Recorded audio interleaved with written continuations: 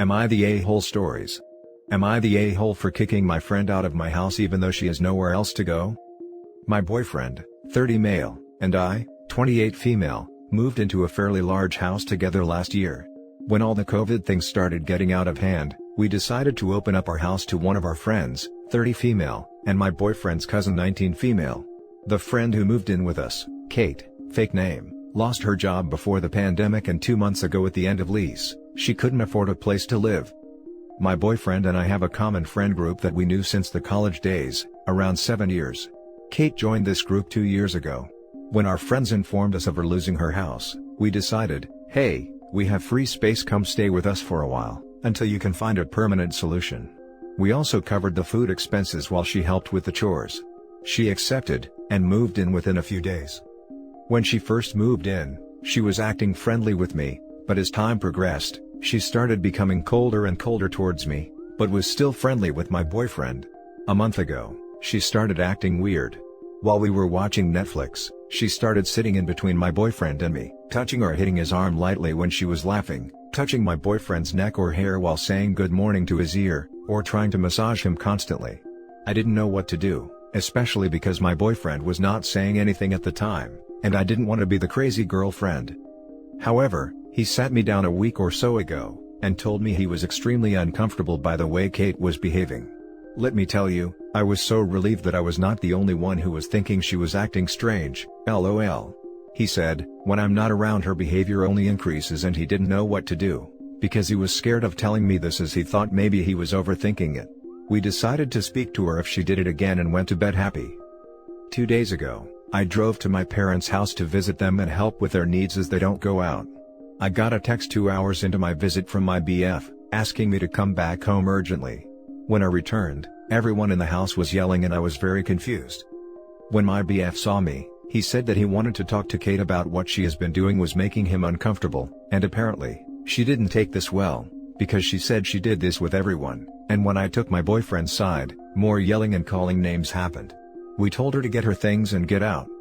I thought our friends would take our side when we told them about this, but now the whole group is divided. Most of them said yes, she was wrong if she was making us uncomfortable, but that, she is just a touchy person, and we were a-holes for kicking her out in a pandemic when she had nowhere else to go to.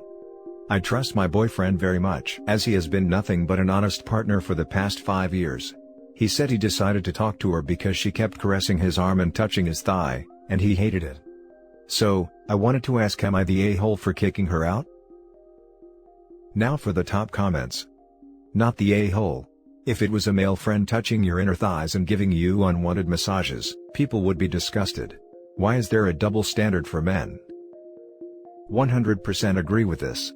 If a guy friend was doing this to me, I would definitely raise hell, but my boyfriend was even scared of telling me in case he was not taken seriously. I felt so apologetic towards him for making him feel that way, so I'm baking for him and his cousin today, haha. Not the a-hole. She is sensitive as code for, she rocks the boat and everyone else needs to work extra hard to steady it. Don't steady the boat. If they think you are jerks, tell them they can take her in. You deserve to not feel uncomfortable in your own home.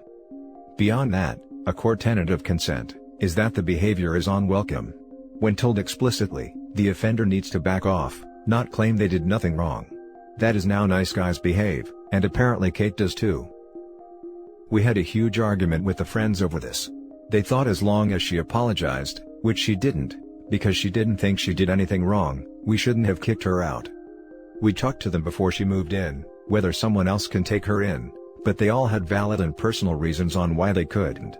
As far as I know, no one offered so far either. Not the a-hole. Saying she is like this with everyone sounds like BS, she doesn't do it to you. She was being flirty and making advances on your boyfriend. It looks like she has a crush, and no respect for boundaries or consent, and it was only going to be a matter of time before she tried to take advantage of him.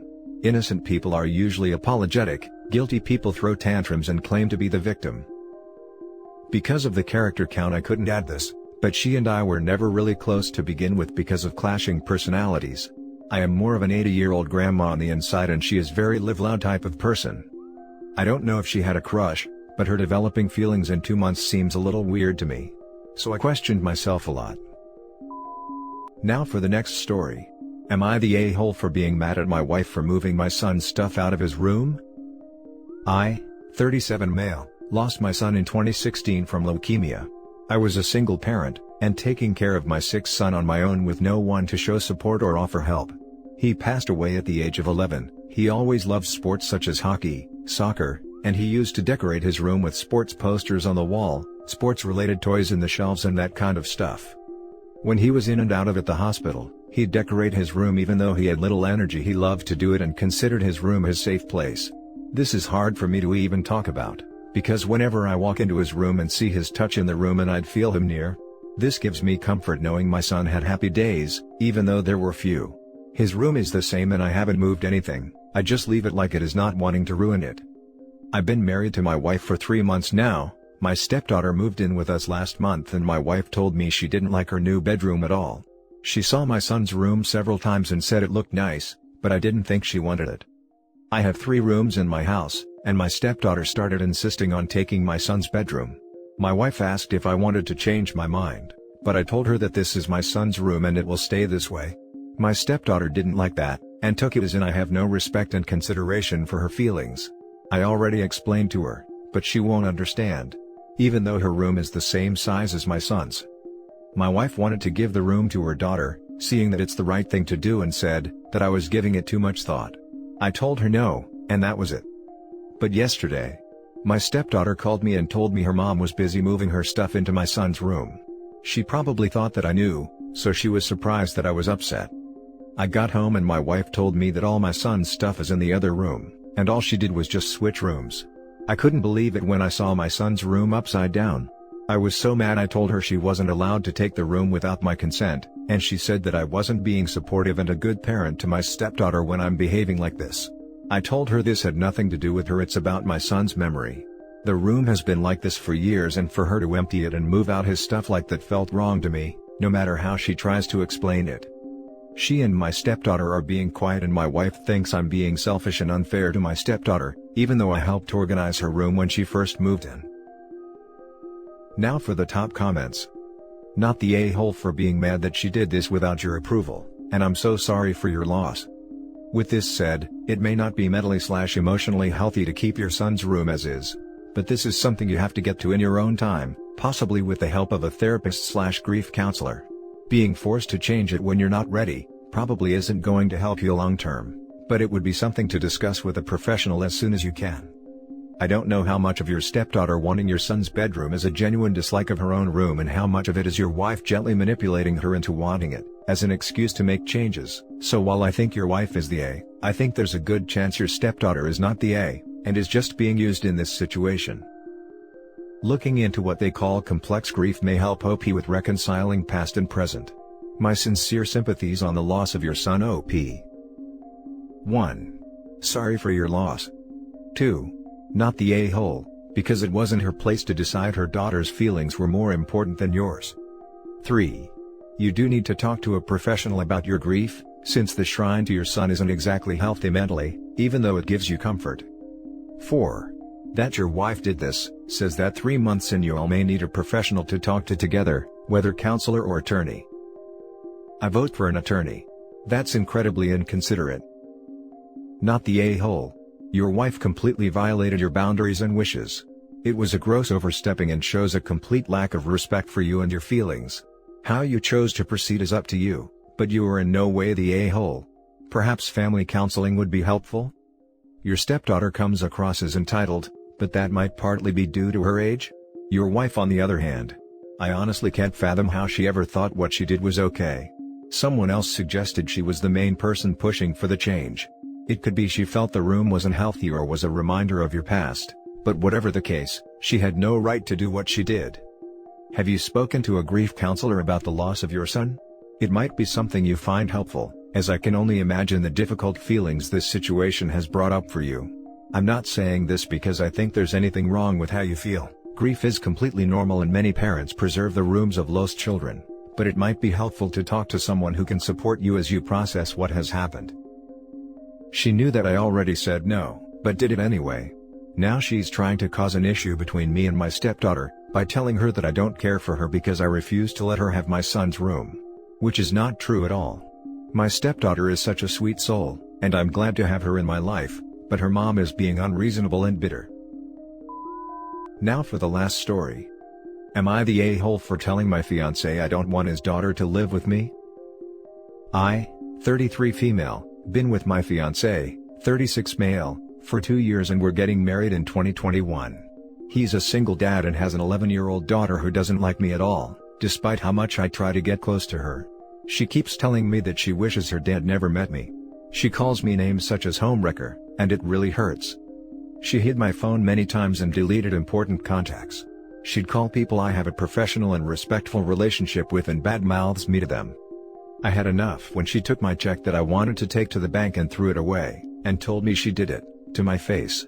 Her dad said she's just a kid and is having a difficulty adapting, but completely ignored that I've been getting hurt because of her. I told him I couldn't take it anymore, and will not have her do these things after we get married. I told him I don't want to live in the same house and he got mad, and said that I was being unreasonable, and that I should give her time and try to understand why she treats me like that. I just don't think I can take any more of this mistreatment and lack of respect. I should mention, 1. I met my fiancée a year after the divorce. 2. I treat her well, but I never try to take her mom's place, which is something she'd mention a lot. 3. Her mom doesn't even try to hide how much she dislikes me and I think her daughter is following her lead. 4. My fiancée doesn't try to even talk about what she did, and say she'll change her behavior with time. Now for the top comments. Whoa. Couple questions. 1. Are you a homewrecker? 2. Where is her mom? 3. Does she spend any time living with mom? Who has primary custody? 4. Does mom do anything to deter/dissuade this behavior? What is her involvement? 5. What does dad do to dissuade this obviously out-of-line behavior? 6. Did she have behavior problems before you came into the picture? 7. Have you considered therapy for her or all three of you? I think something more deep-seated is up. It's not normal for kids to be this malicious to their step-parents. Edit, not the a-hole after receiving more info. I met him a year after divorce, so no, I wouldn't date a married man. Ever. Her mom hates me and has no problem telling her daughter bad things about me. Her dad does nothing and says I'm too sensitive, and expects me to take it and say nothing. I've suggested therapy but he keeps saying not now. Everyone sucks here. Time for you and your fiancé to get on the same page. This is not a situation you put on the back burner until after the wedding. You're marrying a package deal. You don't get your fiancé without his child, period. End of story. What the daughter is doing is awful and hurtful, I get it, but if you can't sort out a plan of attack with your soon-to-be husband, don't marry yet. Banning his kid from your house isn't helping anyone. As for him, what is he doing to get his daughter help to cope? Therapy? Better or different routines at home? School evaluation? Time to get on it, Dad. Now for the next story. Would I be the a-hole if I don't share my inheritance with my siblings? My grandpa and I always got along great. We watched football, soccer, together, played cards or chess and visited the horse racetrack together. Sadly, my grandpa passed away about 3 months ago. His death hit me really hard, because I used to spend so much time with him. Last week I received a letter from the probate court informing me that I will inherit his old house and most of his assets. My parents inherited his apartment where he lived in his last years to be closer to us, and my older siblings inherited only a small part of his fortune as far as I know. My brother and sister weren't too happy when they heard that I had inherited my grandpa's old house. His house is worth a huge amount of money, we're talking nearly 2 million euros, and my siblings want a share of it. Yesterday evening when they visited, they took me aside to urge me to share my inheritance with them. They think it is unfair I got so much more than they did, and think it would be only fair to divide the inheritance by 3. I was reluctant, but they got pushy until my parents heard of this and sent me to my room to talk to my siblings. I don't know exactly what then happened, but I heard loud voices and apparently my siblings left the house furious. Now I don't exactly know why, but I don't really want to share my inheritance. I feel like my grandpa wanted me to have it, but I'm also not sure if I'm just being greedy. Would I be the a-hole if I don't share my inheritance? Edit, I'm 17 female, my brother is 22 and my sister is 24. Now for the top comments. Not the a-hole. You had a better relationship with your grandpa than they did, and the inheritance reflects that. Don't budge on it. your grandpa left it to you. Also, want to drop this here because OP's parents sound like parents of the year for standing up for her. Right? When do we ever get parents actually saying something to the extent of, OP had a better relationship out of love, back off? Not the a-hole. Your grandfather drafted a will and dispersed his assets as his choice. So right now, you are legally in the clear. I'm going to assume that you were the favorite grandchild? You are the one who spent the most time with him? That's probably why there is an unequal split. There is a reason that your siblings are being less favored.